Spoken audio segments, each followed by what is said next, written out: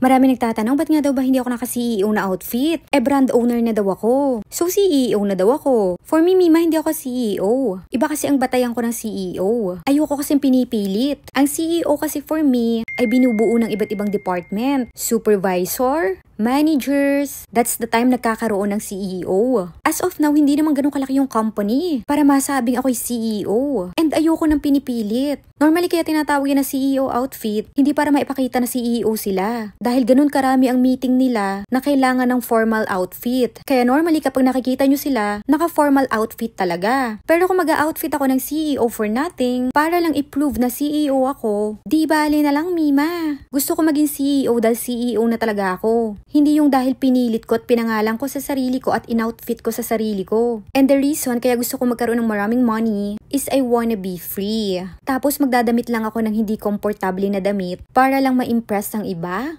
Asa ng free doon? Lalo pa ako nakulong sa expectation ng ibang tao, which is ayoko. Mag-CEO outfit lang talaga ako pag kailangan ng sitwasyon, pag may formal event. Pero kung hindi naman Mima, mas gusto ko yung komportable, di ba? Pero yan yung definition ko ng CEO. Kaya for me, hindi pa ako CEO. Pero I hope in future, lagi ako nakapang CEO outfit dahil sa sobrang dami kong business meeting. And that's the goal. Hindi yung dahil sinuot ko lang para ma-impress kayo.